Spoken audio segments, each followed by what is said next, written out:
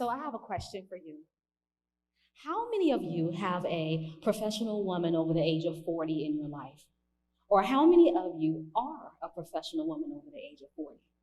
If so, this talk is for you because let's face it, we live in a society that caters to youth and the accomplishments of the young, particularly when it comes to women, even more so when it comes to professional women.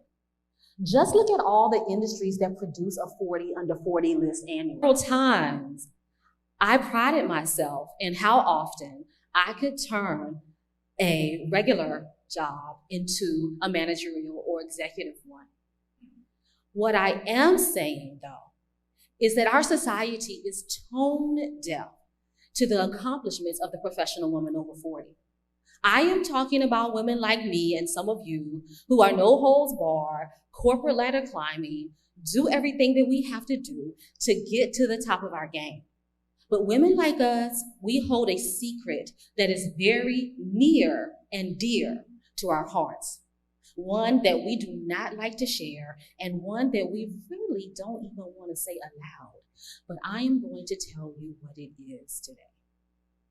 We are great at the work that we do, and we are sick of it. I call this the phenomenon of being a miserable success. Professional women over the age of 40 have done everything they could do to get the education, to get the certifications, to get the knowledge, to get the skills, to get to the top of their game professionally. But in doing so, they have lost who they were.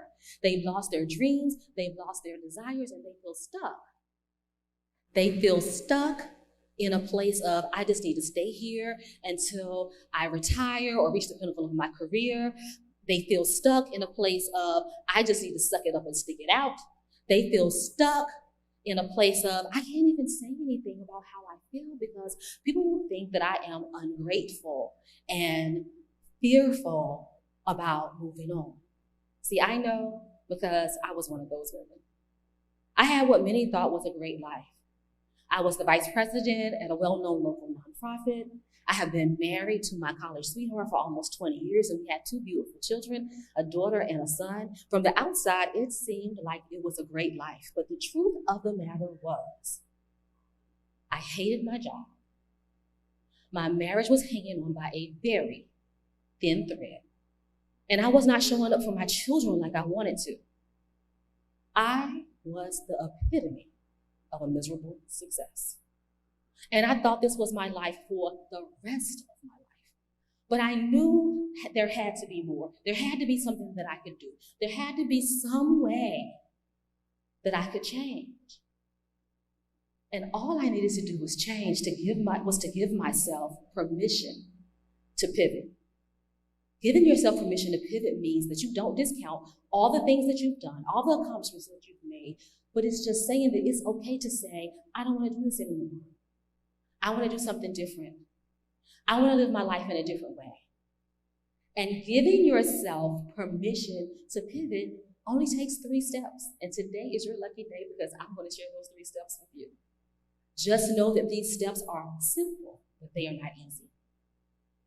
Step number 1, you have to redefine your values. Chances are what you valued 20 years ago is not what you value today, which is why you're experiencing some level of unhappiness. At 22, you could have valued getting a professional job with good benefits, but at 42, you could value calling your own shots professionally and being more present for your family. See, women tend to get their values from their past experiences and their family of origin. And those values got us to where we are now, but to do more and to do differently, you need to change your values. Step number 2 is we need to rediscover our voice.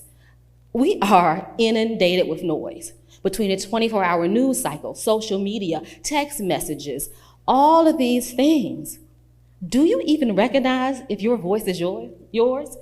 Do you even know who is making you or what is making you say what you say, think what you think, and do what you do? You have to rediscover your voice because when you get ready to pivot, opposition will be all around you. The third thing that you have to do is you have to reignite your vision. You have to imagine what you want your life to be like in the same way you did when you were a child. When we were girls and we got baby dolls, we rocked them and thought about what kind of mother we would be. When we got doctor's kits for our birthdays, we thought about what kind of doctor we wanted to be. You need to do the same thing now. I challenge you to ask yourself the question that all adults ask kids, and that is, what do you want to be when you grow up? Answer that question with the same fervor and excitement as a 5-year-old. Now you know the 3 steps to give yourself permission to pivot. You can open up new opportunities, new experiences, new relationships for yourself. And you no longer have to be considered a miserable success. Thank you.